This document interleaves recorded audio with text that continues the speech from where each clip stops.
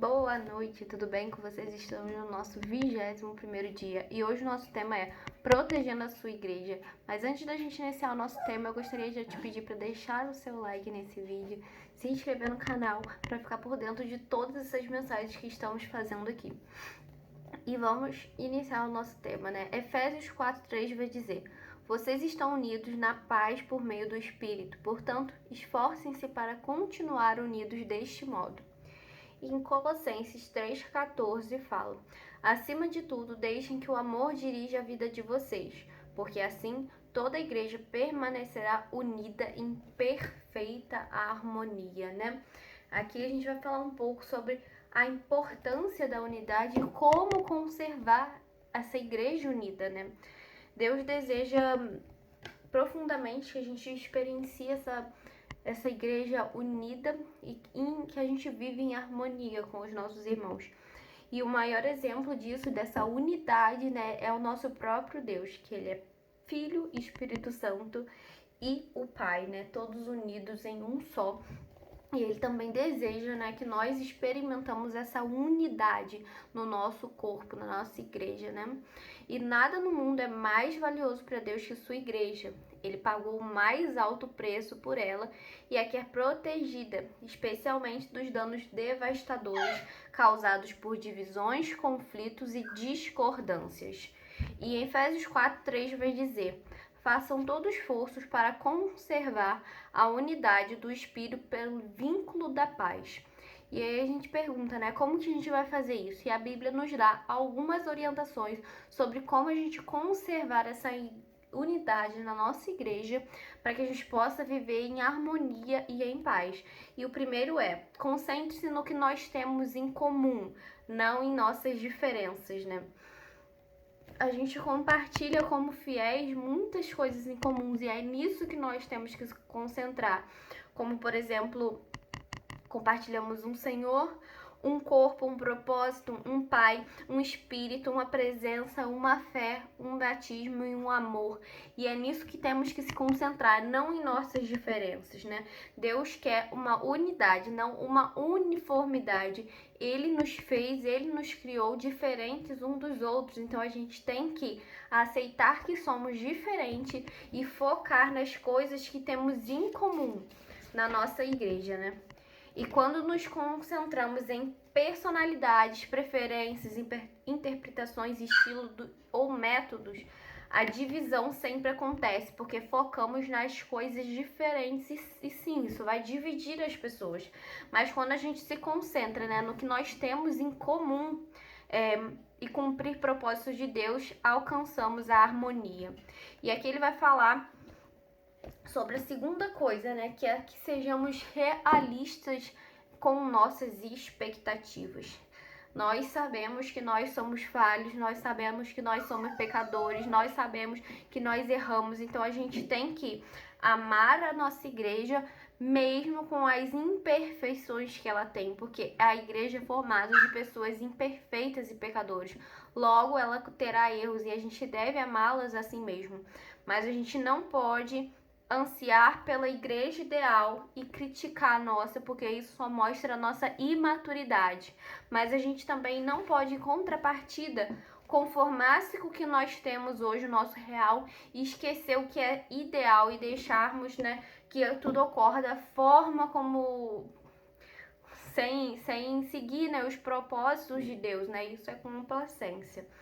E em vez de ficarmos abalados ou surpresos, devemos, quando ocorrem esses conflitos, esses problemas dentro da igreja, nós devemos recordar que a igreja é constituída justamente de pessoas pecadores de verdade, entre qual nós estamos incluídos. Todos somos pecadores. Então a gente está incluído nessa lista de pecadores, de imperfeitos, que compõem essa igreja que será imperfeita. E quando a gente fala, né, que o primeiro sinal de decepção ou de desilusão com uma igreja é quando a pessoa se divorcia da igreja. Mas isso só indica o quão imatura ela é, né? Quando ela, por alguma situação, ela acaba saindo da igreja, idealizando essa igreja perfeita que nós nunca vamos encontrar, porque todas as igrejas têm fraquezas e problemas, né? E quanto mais cedo a gente desistir dessa ilusão de achar uma igreja perfeita, mais cedo, né, nós deixaremos de fingir e admitiremos que somos todos imperfeitos e precisamos da graça divina. Esse é o início da verdadeira comunidade, quando a gente entende que todos ali são imperfeitos e a gente só tá junto, a gente só consegue ficar unidade porque a gente tem a graça divina. E um outro ponto aqui é a gente prefira incentivar a criticar. É sempre mais fácil ficar de lado e atirar pedras naqueles que estão servindo a Deus do que se envolver e contribuir. Muitas das vezes as pessoas estão criticando quem está fazendo um serviço ali na casa de Deus, mas ela mesma não faz nada. E a gente, sempre que a gente julga um irmão, né, 4 coisas acontecem instantaneamente. A gente perde a nossa comunhão com Deus, a gente expõe nosso orgulho e a nossa insegurança, a gente se predispõe a também ser julgado por Deus e a gente prejudica a comunhão da igreja. O espírito crítico é um vício dispendioso, né? E a gente tem que lembrar que culpar, criticar e queixar-se dos membros da família de Deus é o trabalho do diabo. E quando a gente está fazendo isso dentro da nossa igreja, a gente está fazendo o trabalho dele entre os nossos fiéis. E Romanos 14:19 vai dizer: assim estaremos empregando nosso esforço na boa convivência fraterna. Ajudem-se mutuamente com palavras de ânimo. Não ponha seus irmãos lá embaixo apontando os defeitos dele. Que a gente possa realmente fazer isso, né? Incentivar as pessoas ao invés de estar ali sempre criticando. E recuse-se dar ouvidos a fofocas, né? Fofocar é transmitir informações quando você não é parte do problema nem da solução.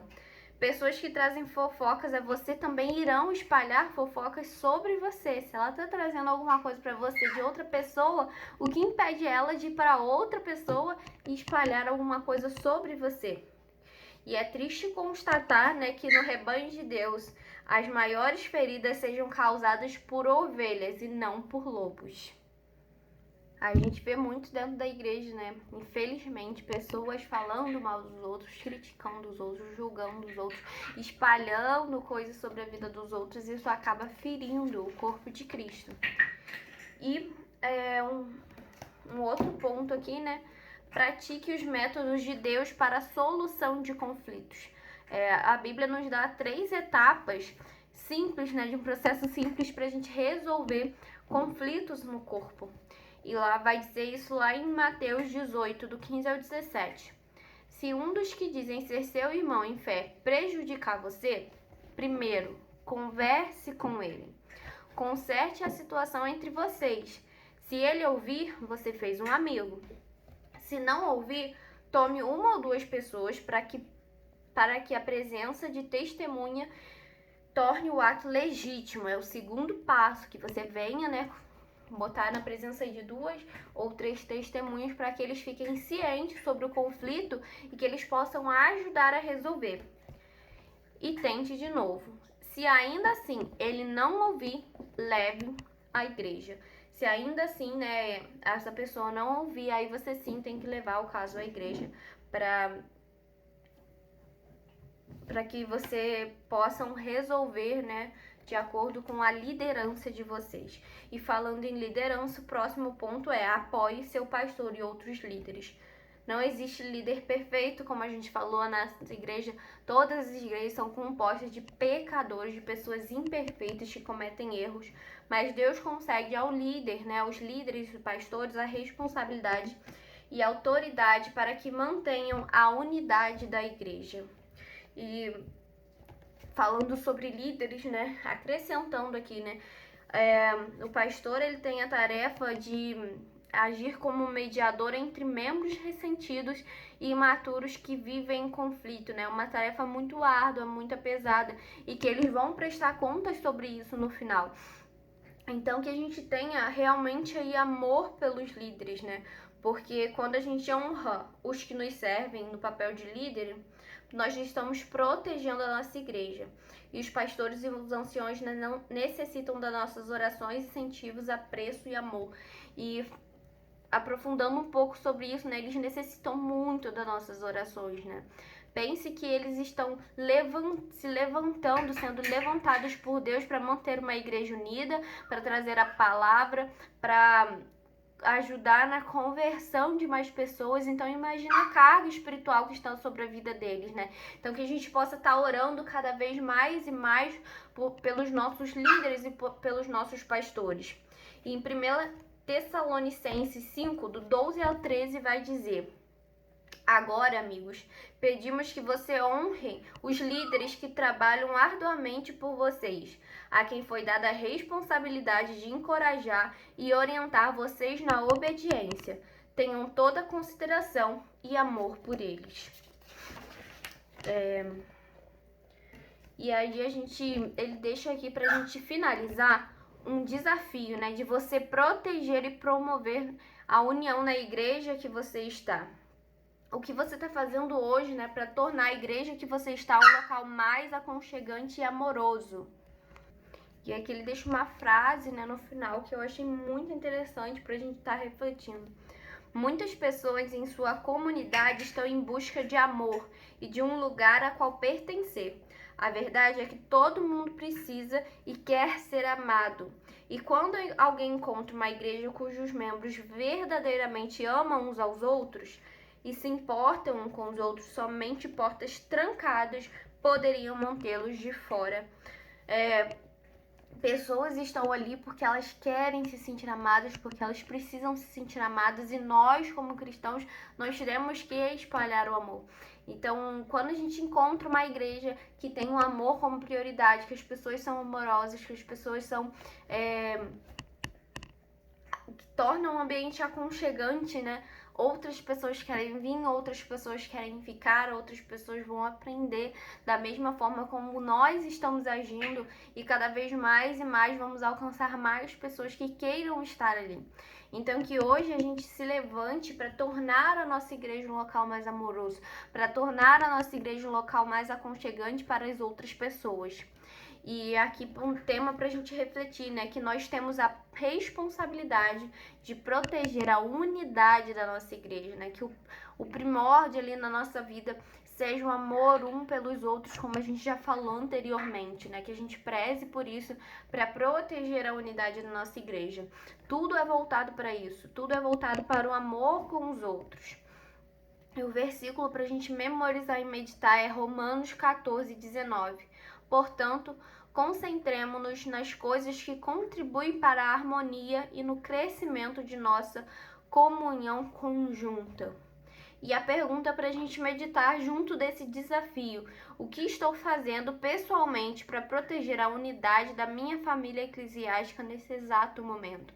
O que você está fazendo, né, para proteger a unidade da sua igreja? O que você está fazendo para que as pessoas te vejam dentro da sua igreja e entendam que lá é um lugar de amor?